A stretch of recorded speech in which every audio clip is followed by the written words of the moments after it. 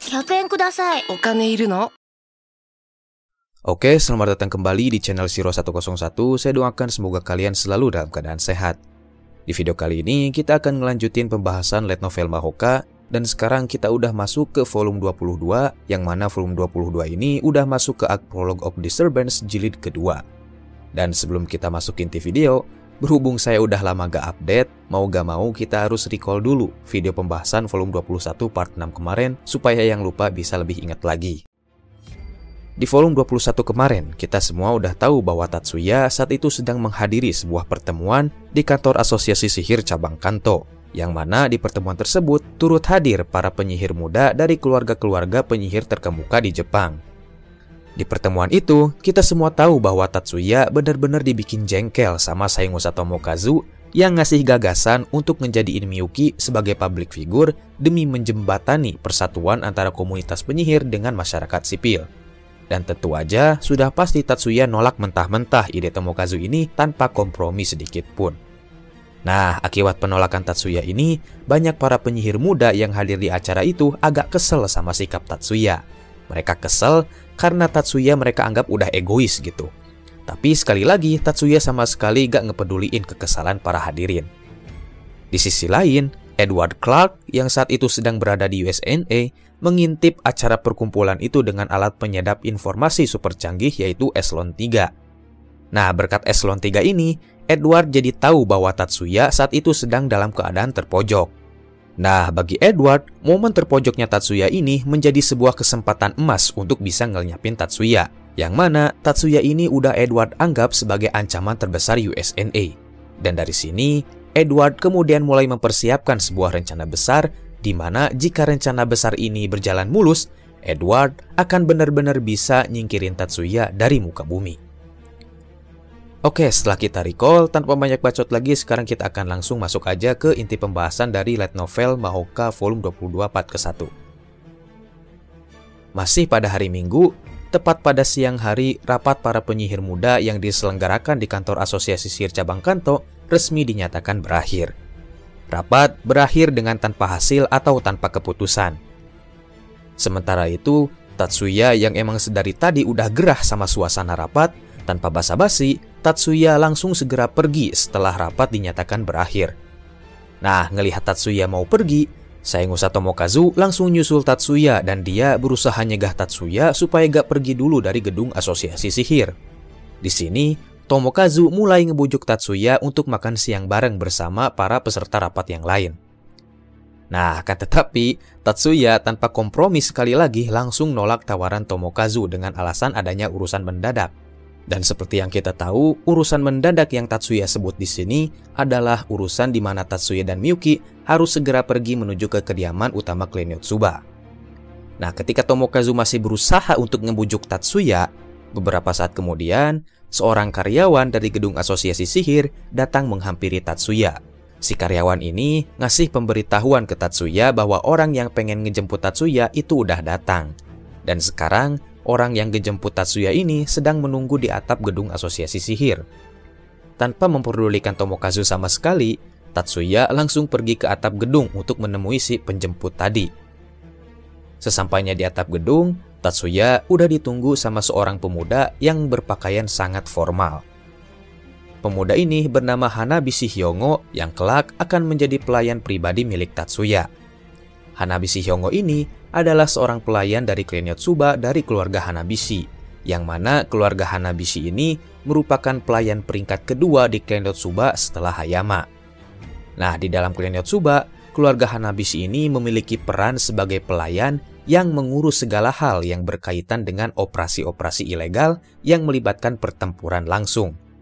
Keluarga Hanabishi juga bertugas untuk menyiapkan personil-personil dan juga senjata-senjata untuk operasi-operasi ilegal tersebut. Jadi bisa dibilang keluarga Hanabishi ini semuanya terlatih dalam pertempuran. Dan kali ini, si pelayan muda yang datang menjemput Tatsuya adalah Hanabishi Hyongo yang merupakan anak dari kepala pelayan Hanabishi. Kembali ke cerita, singkat cerita si Hanabishi Hyongo ini datang menjemput Tatsuya. Dan dia datang menjemput Tatsuya dengan sebuah kendaraan yang mirip pesawat kecil yang dinamai dengan VTOL.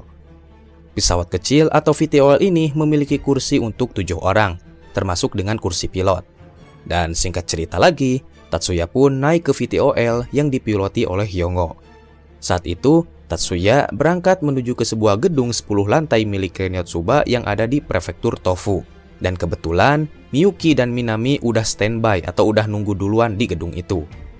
Dan setibanya di gedung, Tatsuya langsung disambut sama Miyuki dan Minami. Dan setelah itu, Hyongo meminta Tatsuya dan kawan-kawan untuk mengikutinya menuju lantai bawah tanah yang ada di gedung 10 lantai tersebut. Dan ternyata, di bawah gedung 10 lantai itu, sekitar 80 meter dari permukaan tanah, rupanya di sana ada sebuah terowongan dengan jalan yang cukup luas dan panjang, dan dilengkapi juga dengan penerangan yang memadai. Nah, terowongan ini merupakan sebuah jalur khusus dan eksklusif yang langsung terhubung dengan lokasi di mana kediaman utama Clan Yotsuba berada. Dan dengan adanya jalur khusus ini, rombongan Tatsuya bisa sampai ke kediaman utama Clan Yotsuba jauh lebih cepat daripada lewat jalur normal. Kemudian, Hyongo yang saat itu udah nyiapin sebuah mobil sedan mewah, mempersilahkan Tatsuya dan kawan-kawan untuk masuk ke mobil, dan akhirnya mereka semua pun berangkat menuju ke kediaman utama.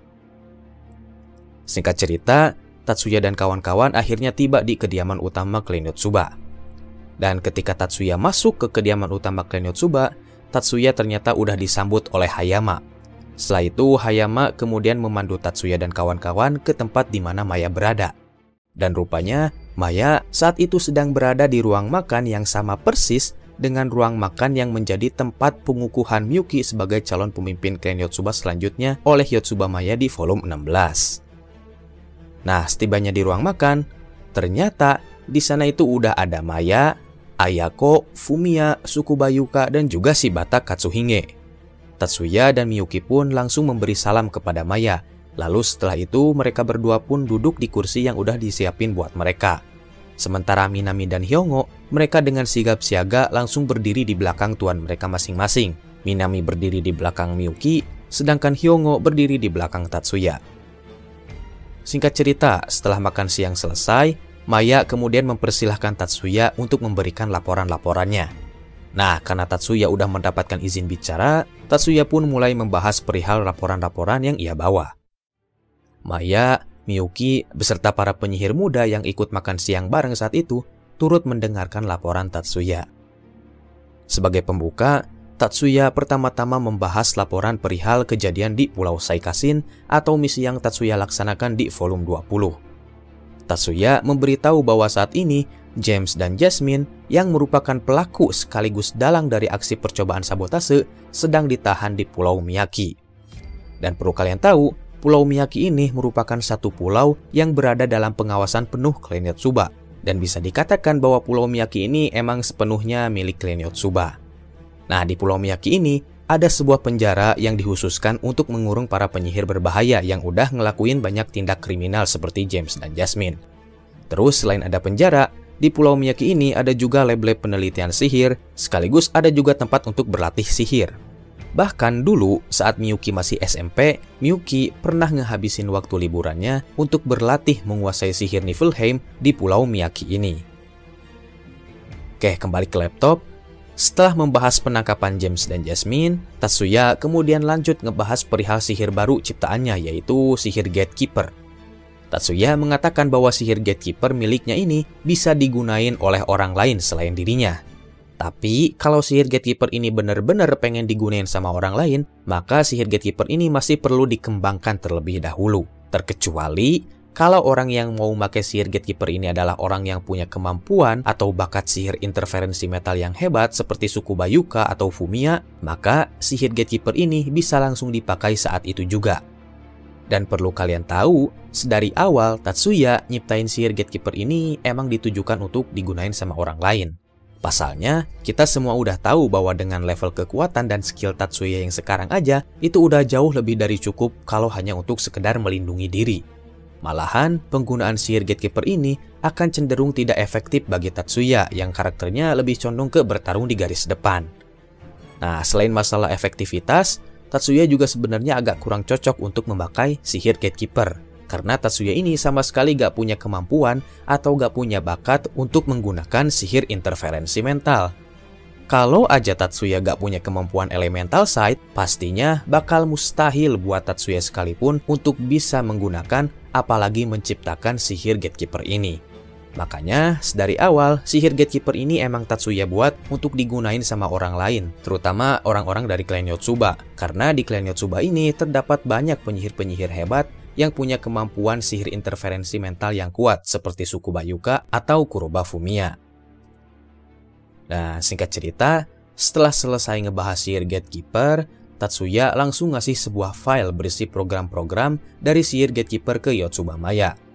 Dan akhirnya, pada saat itu juga, Maya kemudian bicara ke Tsukuba Yuka dan mutusin untuk menyerahkan pengembangan lanjut dari sihir Gatekeeper ini ke klan Tsukuba. Terus, setelah beres ngobrolin kejadian di Pulau Saikasin dan beres ngebahas sihir Gatekeeper, Maya kemudian minta Tatsuya untuk ngebahas tentang hasil rapat para penyihir muda yang baru aja Tatsuya hadiri. Dan singkat cerita, Tatsuya pun ngejelasin semua hal yang udah terjadi di rapat yang udah dia hadiri itu. Dan tentu aja setelah ngedengerin penjelasan Tatsuya, semua orang yang hadir di ruang makan itu bener-bener ngerasa marah dan tersakiti. Ya gimana gak marah coba, Miyuki yang merupakan calon ketua klan Yotsuba di masa depan, yang harusnya dihormati dan disegani, malah disuruh jadi idol. Dan orang yang paling ngerasa jengkel akan hal ini adalah Fumiya, Ayako, sama Tsukuba Yuka.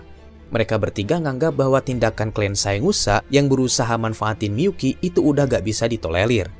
Mereka bertiga benar-benar pengen segera ngelakuin tindakan balasan.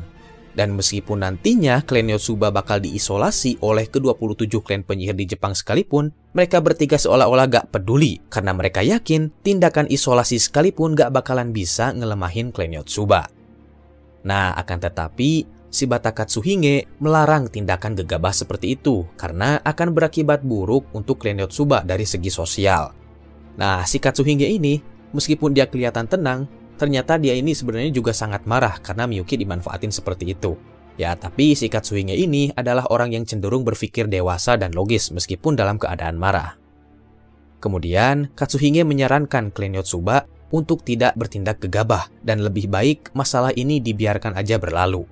Kalaupun nantinya masih ada pihak-pihak yang kekeh pengen ngejadiin Miyuki sebagai idol, maka dari situlah klan Yotsuba baru mulai bertindak. Nah, setelah mendengarkan pendapat dari anak-anak muda klan Yotsuba, Maya kemudian memberikan pendapatnya perihal masalah ini. Pertama-tama, Maya sepenuhnya membenarkan dan mendukung tindakan Tatsuya yang menolak mentah-mentah ide Saengusa Tomokazu.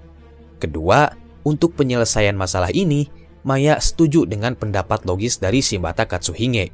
Maya memutuskan bahwa klan Yotsuba gak perlu merespon atau gak perlu meduliin perihal masalah ini.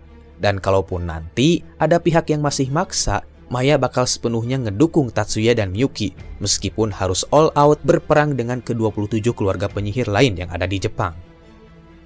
Nah, tapi meskipun Maya udah dengan percaya diri bakal bisa bertahan melawan ke-27 klan penyihir, Maya tetap ngasih nasihat ke anak-anak dari klan Yotsuba bahwa para penyihir klan Yotsuba itu jangan sampai lengah dan jangan sampai menganggap diri mereka sendiri sebagai penyihir yang paling kuat. Maya kemudian memberitahu Tatsuya dan kawan-kawan bahwa di komunitas penyihir Jepang ada 3 kelompok yang patut diwaspadai oleh klan Yotsuba. Yang pertama adalah klan Jumonji, yang kedua adalah klan Toyama, dan yang terakhir adalah Kudo Minoru. Menurut Maya, klan Jumonji dan klan Toyama patut diwaspadai karena penyihir-penyihir dari kedua klan ini adalah penyihir-penyihir yang memang diciptakan dan dikembangkan untuk selalu siap bertarung. Dan kekuatan kedua klan ini berada di level yang berbeda dengan klan-klan numbers lainnya, bahkan di antara Ten Master Clan sekalipun kecuali klan Yotsuba. Maya bahkan menyebut klan Jumonji sebagai garis pertahanan terakhir suatu kota. Dengan kekuatan yang dimiliki oleh klan Jumonji, mereka bisa menjamin keamanan suatu kota dari segala serangan, bahkan serangan-serangan senjata berat sekalipun seperti serangan bom, tank, misil, ataupun rudal. Sedangkan untuk klan Toyama, seperti yang udah kita singgung di video-video sebelumnya, klan Toyama ini dijuluki sebagai pelindung pemerintahan. Alasannya karena para penyihir dari klan Toyama ini punya kemampuan untuk menciptakan banyak barrier yang kokoh untuk melindungi beberapa orang sekaligus. Nah, karena sihir mereka inilah, mereka secara eksklusif direkrut oleh pihak pemerintah Jepang untuk melindungi para pejabat-pejabat tinggi dari segala ancaman dan serangan. Sedangkan kudo Minoru, ya kita tahu sendirilah ya, terlepas dari badannya yang lemah, Minoru ini punya kekuatan sihir yang sangat-sangat luar biasa besar. Dan di volume 15 aja, kita tahu bahwa Minoru itu bisa memojokkan si licik Zogonjin seorang diri, yang bahkan Tatsuya sekalipun kesulitan buat ngelawan ini orang. Maya berpendapat bahwa kekuatan Minoru itu setara dengan Fumiya atau Sukubayuka. Dan kalau aja Minoru punya tubuh yang kuat dan gak gampang sakit-sakitan, udah dipastiin level Minoru itu bakal melampaui Fumiya atau Sukubayuka. Singkat cerita, pertemuan dengan Maya pun selesai, dan rombongan Tatsuya dan kawan-kawan pun akhirnya bisa pulang. Nah, pas pulang, Tatsuya dan kawan-kawan diantar sama Hanabishi Hyongo pakai kendaraan VTOL tadi sampai ke gedung 10 lantai yang jadi tempat titik pertemuan antara Tatsuya sama Miyuki tadi siang. Dan singkat cerita, Tatsuya pun tiba di gedung itu sekitar jam 8 malam. Nah, perlu kalian tahu nih, gedung 10 tingkat ini nih yang ada di prefektur Tofu ini, rencananya gedung ini bakal jadi markas klan Yotsuba di wilayah Tokyo. Dan rencananya pula Tatsuya, Miyuki, dan Minami bakal disuruh ngisi gedung ini bersama dengan Shibata Katsuhige beserta kedua guardiannya yaitu Kotona dan Kanata. Jadi nanti wacananya Tatsuya, Miyuki, dan Minami bakal dipindahin ke gedung ini. Nah, Tatsuya yakin pasti ada maksud tertentu di balik rencana perpindahannya ini. Tatsuya berpikir bahwa rencana kepindahannya ini termasuk bentuk langkah antisipasi yang diambil oleh Maya untuk ngejaga keamanan Tatsuya dan Miyuki di masa depan. Soalnya, semenjak Tatsuya dan Miyuki diumumin sebagai anggota klan Yotsuba, ada kemungkinan Tatsuya dan Miyuki mulai diincar oleh beberapa pihak. Dan kalaupun ternyata bukan Tatsuya dan Miyuki yang diincar, Tatsuya yakin ada pihak yang emang pengen ngeganggu ketenangan klan Yotsuba. Tatsuya berpikir bahwa bisa aja pihak-pihak yang mau ngeganggu klan Yotsuba ini ada di antara 27 klan penyihir atau dari pihak pemerintah Jepang itu sendiri. Tapi setelah Tatsuya pikir-pikir ulang, pihak pemerintah Jepang sama sekali gak punya masalah sama klan Yotsuba. Dan ini berarti pihak yang sedang punya masalah dengan klan Yotsuba tapi masih dari instansi pemerintahan itu adalah pasukan pertahanan Jepang. Atau dengan kata lain, pihak yang sedang punya masalah dengan klan Yotsuba adalah para petinggi dari kemiliteran Jepang. Oke, sekian dulu untuk video kali ini dan sekarang kita akan masuk ke sesi Saweria. Yang pertama ada dari Daniel Rizky Wijaya. Subscriber lama, udah janji dari dulu bakal donasi. Semangat bikin konten Mahoka bang. Siap bro, makasih banyak karena udah dukung saya sejak lama dan juga makasih banyak buat sawerannya. Terus ada dari SF, semangat gan beli bakso. Siap bro, makasih banyak buat sawerannya. Next ada dari penyewa rutinan fans Minami. Coba Minoru seperti Tatsuya ya, berani adu pukul sama Masaki demi ngerebutin Miyuki. Lah, kan Minoru juga gitu bro. Setahu saya di volume 32 Minoru itu sampai rela duel sampai mati loh lawan Tatsuya demi ngedapetin Minami. Dan menurut saya itu jauh lebih keren lah daripada jotos-jotosan biasa. Terus masih dari fans Minami, Sensei, apakah akan terjadi pertarungan antara Tatsuya dan Batalion Siri 101? Bakal terjadi, tapi itu nanti. Nanti lama-lama juga bakal kebahas kok. By the way, makasih banyak bro buat sawerannya. Next lagi ada dari penyewa rutinan Isnain. Sehat selalu Min, by the way mumpung udah bahas Eido sama Idea, request bahas Inner Magic punya Tatsuya dong. Siap, nanti diproses lah ya. Diusahain nanti nyari materi buat skripnya bakal lebih matang lagi lah, gak kayak yang Eidos kemarin itu. By the way makasih banyak bro buat sawerannya. Dan terakhir ada dari penyewa rutinan lagi, Muhammad Ragil. Semangat bang, sorry akhir-akhir ini banyak kerjaan jadi gak sempat nonton lagi.